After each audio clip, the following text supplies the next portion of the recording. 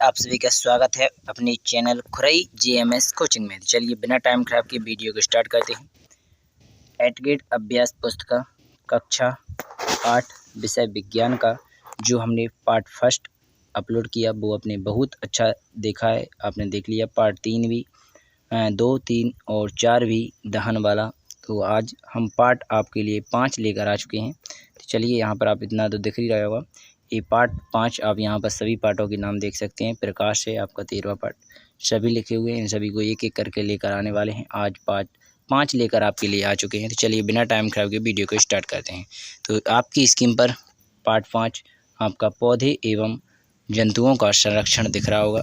तो इनके बारे में आप देख लीजिएगा। प्रकृति है, प्रकृति के बाहर जल, जमीन, जंगल है। उसके ही बाहर होता है सूक्ष्म जीव, जंतु, पादप, और सबसे ऊपर हो जाता है प्रकृति, यानी प्रकृति के अंदर ही सब कुछ आ जाता है। तो चलिए बिना टाइम खराब की थोड़ा इसे पढ़ लीजिए, क्योंकि बिना टाइम खराब की एक एक करे सबके आंसर देख लेते हैं। तो आपको यहाँ पर ये सभी कुछ अलग से ही दिख रहा होगा। जैसे यहाँ पर लिखा हुआ है निम्नलिखित शब्दों को उचित बॉक्स में लिखो एवं चित्रपूर्ण करो। तो यहाँ पर लिखा है वन, जंतु, पादप। यहाँ पर लिखा है संख्यात्मक, जैसे वन जंतु हैं या पादप है उनको इसमें लिख लेना है, और जो और जिस प्रकार जीव हैं वो यहाँ पर इस प्रकार लिख लेना है। तो इसके अच्छे मैं आपके लिए बता दूं, जो जो बॉक्स में लिखे हुए हैं उनको आपको यहाँ पर लिख लेना है इनको, ठीक है। और जो जो 6 में लिखे हुए हैं उनको यहाँ पर लिख लेना है, ठीक है। तो आपको अच्छी तरह से दिख रहे होंगे। तो इस प्रकार आप इनको लिख लीजिएगा। इसलिए नहीं बताया मैं लेके, क्योंकि आप देख ही रहे होंगे। इस जैसे चित्र हैं, ये वाला है, यहाँ पर ये भी है, ये सभी इसमें लिख लेना है आपको। ये चतुर्भुज वाले बने हुए हैं, इनको आपको यहाँ पर इस चतुर्भुज वाले बॉक्स में लिख लेना है। तो इस प्रकार आप इसे कर लीजिएगा कंप्लीट, ठीक है। तो आशा करेंगे आप सभी को समझ में आ गए होंगे। चलिए थोड़ा और आगे देख लेते हैं। तो क्वेश्चन नंबर यहाँ से प्रारंभ होते हैं आपके। तो यहाँ पर सभी कुछ लिखा हुआ अच्छी तरह से। तो जैसे रेडी डाटा यहाँ पर ये दिख रहा होगा, ये पहले नंबर पर आपको यहाँ पर लिख लेना है, आपको दिख रहा होगा। नेक्स्ट क्वेश्चन लिखा है, नेक्स्ट जो खाली स्थान है उसमें आपको जैव मंडल आरक्षण क्षेत्र लिख लेना है। तो आपको यहाँ पर दिख रहा होगा, ये लिखा है जैव आरक्षण क्षेत्र इतना बड़ा। तो इस प्रकार आप इसे दूसरे क्वेश्चन नंबर पर लिख सकते हैं। आशा करेंगे यह भी आपको अच्छी तरह से समझ में आ गया होगा। ये दूसरे नंबर का था। इसके बाद आपको तीसरे नंबर जो खाली स्थान है उसमें आप प्रवासी, यानी यहाँ पर आपको दिख रहा होगा ये वाला प्रवासी, इसे आप तीसरे नंबर पर लिख लेंगे। ऊपर लिखे हुए हैं सबको बस सिर्फ लिखना है। इसके बाद आपको चौथे नंबर पर यहाँ पर लिखा है राष्ट्रीय उद्यान, यहाँ पर आपको चौथे नंबर पर इसे भी लिख लेना है। इसके बाद आपका आता है 5वां नंबर। तो यहाँ पर वनस्पति वन स्मृति जात इस प्रकार आपको लिखा हुआ है। तो इसे आप यहाँ पर चौथे नंबर के बाद 5वें नंबर पर लिख सकते हैं। इसके बाद आपका अगला खाली स्थान जो 6वें नंबर पर है, एंड ये 5 ही खाली स्थान तो आपने अच्छी तरह से कंप्लीट कर लिए हैं। आशा करेंगे आपको यहाँ पर समझ में आ गया होगा। चलिए तो बिना टाइम खराब के नेक्स्ट क्वेश्चनों को भी देख लेते हैं। तो यहाँ पर आपका क्वेश्चन नंबर 2 आ जाता है, सही विकल्प आगे चिन्ह इस प्रकार लगाना है, ठीक है। तो यहाँ पर पहले का राइट आंसर पहला हो जाएगा, दूसरे का राइट आंसर यहाँ पर लगे हुए भी आपको दिख रहे होंगे तीसरा हो जाएगा।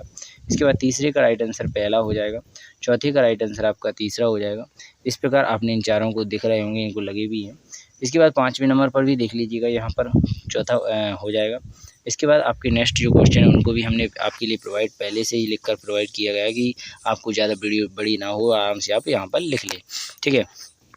तो यहाँ पर आपको दिख रहा होगा विशेष क्षेत्रीय इसमें स्पीशीज की कोई 2 उदाहरण लिखिए। तो यहाँ पर आप इसे देख सकते हैं। जैसे यहाँ पर लिखा हुआ है भारतीय विशाल गिलहरी तथा उड़ने वाली गिलहरी इस क्षेत्र के विशेष क्षेत्रीय प्राणी हैं। इस प्रकार आप इसे कर लेंगे। इसके बाद नेक्स्ट क्वेश्चन, यानी दूसरा क्वेश्चन आपकी स्क्रीन पर दिख रहा होगा, इसे भी आप देख लीजिएगा। जैसे वनोन्मूलन से आप क्या समझते हैं? वनोन्मूलन का अर्थ है वनों को समाप्त करने पर प्राप्त भूमि का अन्य कार्यों में उपयोग करना वनोन्मूलन कहलाता है। आशा करेंगे आपको यह क्वेश्चन भी समझ में आ गया होगा। इसके बाद सूखा क्यों पड़ता है, यानी सूखा होती है वो क्यों पड़ती है? पृथ्वी के ताप में वृद्धि के कारण जल चक्र का संतुलन बिगड़ता है और वर्षा दर में कमी आती है, जिससे के कारण सूखा पड़ता है। आशा करेंगे आपको यह भी समझ में आ चुका होगा। इसके बाद थोड़ा और आगे दिया गया है, इसे भी आप अच्छी तरह से देख लीजिए। क्वेश्चन नंबर 4 दिया गया है राष्ट्रीय उद्यान क्यों बनाए जाते हैं? जो राष्ट्रीय उद्यान होते हैं वो क्यों बनाए जाते हैं? तो राष्ट्रीय उद्यान वनस्पति जात प्राणीजात दृष्टिभूमि एवं ऐतिहासिक वस्तुओं को संरक्षित करते हैं, इसलिए राष्ट्रीय उद्यान बनाए जाते हैं। इस प्रकार से भी देख लीजिए। 5वां क्वेश्चन लिखा हुआ है, प्रवास से आप क्या समझते हैं, अर्थात प्रवास से जो करते हैं उससे आप क्या समझते हैं। तो यहाँ पर आपको स्क्रीन पर दिख जाएगा, अच्छी तरह से थोड़ा जूम कर लेते हैं, इस प्रकार अच्छा दिख जाएगा, तो इसे भी आप देख लीजिएगा। तो यहाँ पर आपको दिख रहा होगा, पक्षियों का एक क्षेत्र से सुदूर क्षेत्र में जाना प्रवास कहलाता है, अर्थात एक जगह से अगर आप दूसरी जगह जाते हो उसे प्रवास कहलाता है। इसके बाद जलवायु में परिवर्तन होने का कारण प्रवासी पक्षी प्रत्येक वर्ष सुंदर क्षेत्रों में उड़कर जाते हैं। वे वहां अंडे देने के लिए जाते हैं, क्योंकि मूल आवास में बहुत अधिक शीतल के कारण वह स्थान उनके जीवन यापन के लिए अनुकूल नहीं होता है। इस प्रकार आप देख लीजिएगा। इसके बाद नेक्स्ट क्वेश्चन जो आपका 6वां है वो आपकी स्क्रीन पर आ चुका है, इसे भी आप अच्छी तरह से देख लीजिएगा। जैव मंडल आरक्षण क्षेत्र क्यों बनाए जाते हैं। कोई एक जैव मंडल आरक्षण क्षेत्र का नाम लिखिए। तो जैव मंडल आरक्षित हैं, वे क्यों बनाए जाते हैं। जैव विविधता के संरक्षण के उद्देश्य जैव मंडल आरक्षण क्षेत्र बनाए जाते हैं। पचमढ़ी जैव मंडल आरक्षण क्षेत्र है, तो एक नाम भी बताया गया है पचमढ़ी, ठीक है। जैव मंडल इसलिए बनाए जाते हैं। इसके बाद आपका 7वां क्वेश्चन रहेगा, रेड डाटा पुस्तक क्या है, इसकी आवश्यकता क्यों है। रेड डाटा पुस्तक वह पुस्तक है जिसमें सभी संकटापन्न स्पीसीज का रिकॉर्ड रखा जाता है, अर्थात यहाँ पर आपको समझ में नहीं आएगा स्पीसीज क्या होता है। इसका मतलब यह है कि जो भी प्राणी है उसका जो ऐसे नष्ट होने वाला है, डायनासोर है वो बिल्कुल नष्ट हो गया है, तो उनकी जो बारे में लिखा जाता है वो रेड डाटा में लिखा जाता है। जैसे पौधे हैं, जंतु हैं और अन्य स्पीसीज के लिए अलग अलग रेड डाटा पुस्तकें हैं। तो आपको समझ में आ गया, जो भी जैसे खतरा है उनको ये ख़त्म ही हो जाए, जैसे चीते थे जो अपने मंगाए वो ख़त्म हो गए, ये रेड डाटा में लिखे जाते हैं। कितने की जानकारी के लिए वो रेड डाटा पुस्तक में लिखा जाता है, ठीक है। तो चलिए आगे क्वेश्चन देख लेते हैं। 8वां क्वेश्चन लिखा हुआ है, वन्य प्राणी अभ्यारण्य और राष्ट्रीय उद्यान में अंतर स्पष्ट कीजिए। किन्हीं 2 राष्ट्रीय उद्यानों के नाम लिखिए, ठीक है। तो यहाँ पर आपका इसका आंसर रहेगा, वन्य प्राणी अभ्यारण्य ऐसे क्षेत्र जहाँ वन्य प्राणी जंतु सुरक्षित एवं संरक्षित रहते हैं वन्य प्राणी अभ्यारण्य कहलाते हैं, ठीक है। तो इसके बारे में आप देख लीजिएगा। राष्ट्रीय उद्यान विशाल आरक्षित क्षेत्र है। यहाँ पर्यावरण के संपूर्ण घटकों का संरक्षण करने में पर्याप्त है, राष्ट्रीय उद्यान कहलाते हैं। 2 राष्ट्रीय उद्यान सतपुड़ा राष्ट्रीय उद्यान, पेंच राष्ट्रीय उद्यान आपके हो जाएंगे, मध्य प्रदेश के हैं दोनों।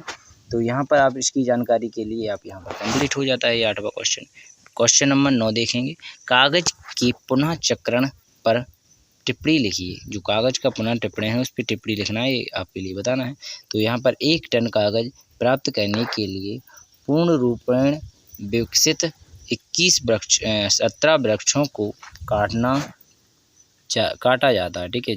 यानी 1 टन कागज प्राप्त करने के लिए विकसित 17 वृक्षों को, ठीक है, पूर्ण जो विकसित हो जाते हैं उनको 17 वृक्षों को काटा जाता है। अतः हमें कागज की बचत करना चाहिए, इसका पुनः उपयोग एवं पुनः चक्रण करना चाहिए। इसके द्वारा हम न केवल वृक्षों को बचाएंगे वरन कागज उत्पादन के उपयोग आने वाले जल एवं ऊर्जा की बचत भी कर सकते हैं, ठीक है। तो इस प्रकार आप देख लीजिएगा। ये आगे देखेंगे, यहाँ पर लिखा हुआ है प्रश्न 10 पहला, वनोपरांत से मृदा की उर्वरता पर क्या प्रभाव पड़ता है, समझाइए। क्वेश्चन आंसर देखेंगे, वनोन्मूलन से मृदा की उर्वरता पर प्रभाव। पहला, वनोपरांत से मृदा की उर्वरता में कमी आ जाएगी। वनोपरांत से बाढ़ तथा सूखे जैसी प्राकृतिक आपदाओं की संभावनाएं बढ़ जाती हैं। तीसरा, मनोपरांत से मृदा में हार्मोन्स की कमी होती है। क्वेश्चन 4, वनोपरांत से मृदा की जल धारण क्षमता तथा भूमि की ऊपरी सतह से जल के नीचे की ओर अतः स्त्रावण पर ही विकसित प्रभाव पड़ता है। आगे देखेंगे क्वेश्चन नंबर 10 का दूसरा, वनोन्मूलन से वर्षा पर क्या प्रभाव पड़ता है। वनोन्मूलन से पृथ्वी के ताप में वृद्धि के कारण जल चक्र का संतुलन बिगड़ता है और वर्षा दर में कमी आती है। इसके कारण सूखा पड़ता है। 11वां क्वेश्चन देखेंगे आप, छोटे जीव जंतु हमारे पर्यावरण के लिए आवश्यक हैं, क्यों। छोटे जीव आकार में छोटे हैं परंतु परितरण में उनके योगदान को अनदेखा नहीं किया जा सकता।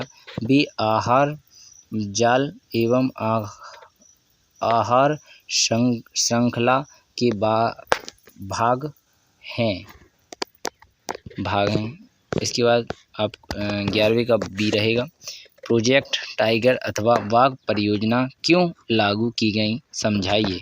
हमारी सरकार ने बाघों के संरक्षण हेतु प्रोजेक्ट टाइगर अथवा बाघ परियोजना लागू की गई कि इस परियोजना का उद्देश्य अपने देश में बाघों की उत्तरजीविता एवं संवर्धन करना था, यानी अपने देश में बने रहे जीव, ठीक है, इसलिए संरक्षण था। लगातार औद्योगिकीकरण बढ़ने के कारण वनों की अनवरत कटाई हो रही है, ठीक है। क्या इस परियोजनाओं में वृक्षों की कटाई हमारे पर्यावरण के लिए न्याय संगत है। इस पर संक्षिप्त रिपोर्ट तैयार कीजिए। इन परियोजनाओं में वृक्षों की कटाई हमारे पर्यावरण के लिए न्याय संगत नहीं है, क्योंकि वनों की अनवरत कटाई पर्यावरण को संतुलन भी प्रभावित करता है।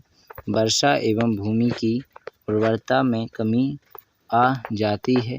वृक्षों की कटाई से पृथ्वी पर ताप एवं प्रदूषण के स्तर में वृद्धि होती है। इससे वायुमंडल में कार्बन डाइऑक्साइड का स्तर बढ़ता है।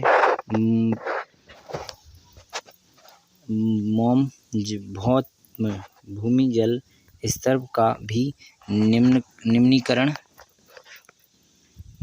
हो जाता है। वृक्षों की कटाई का अर्थ है कार्बन डाइऑक्साइड के उपयोग में कमी आना, जिससे वायुमंडल में इसकी मात्रा बढ़ जाती है। तो आपके क्वेश्चन 12 कंप्लीट होते हैं। प्रोजेक्ट का फर्स्ट और सेकंड भी आप इसी एक वीडियो में देखने जा रहे हैं, तो देखिएगा।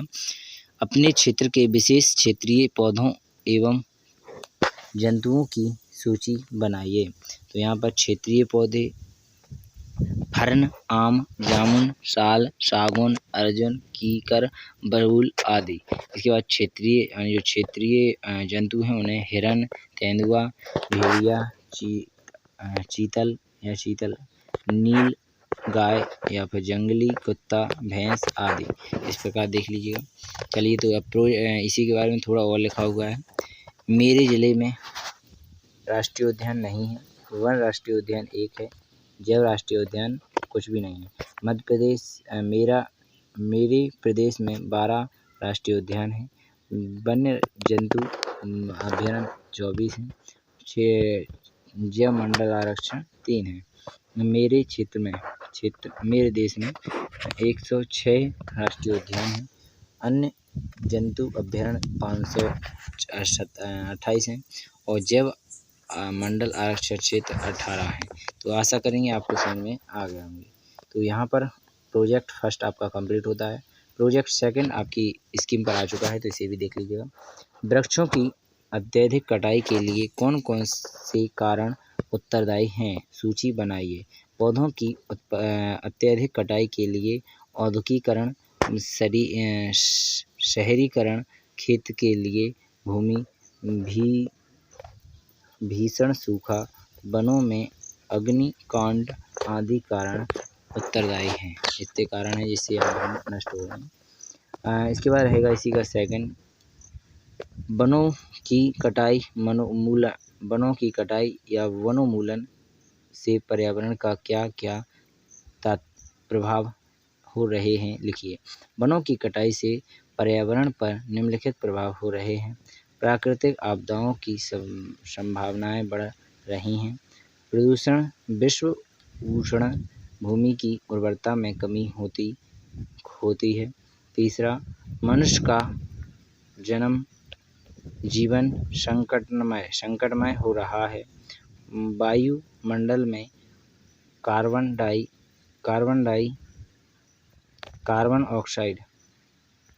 डाइऑक्साइड में वृद्धि होती है। आशा करेंगे आप सभी को समझ में आ गया होगा। तो यहीं पर एंड होता है आपका पार्ट 5 का, कक्षा 8 का विज्ञान का। तो आशा करेंगे इसी प्रकार आप सभी विषय आपने कंप्लीट कर लिए होंगे। तो चलिए बिना टाइम खराब के नेक्स्ट वीडियो मिलेंगे, अगली वीडियो मिलेंगे। भारत माता की जय। जय हिंद, जय भारत।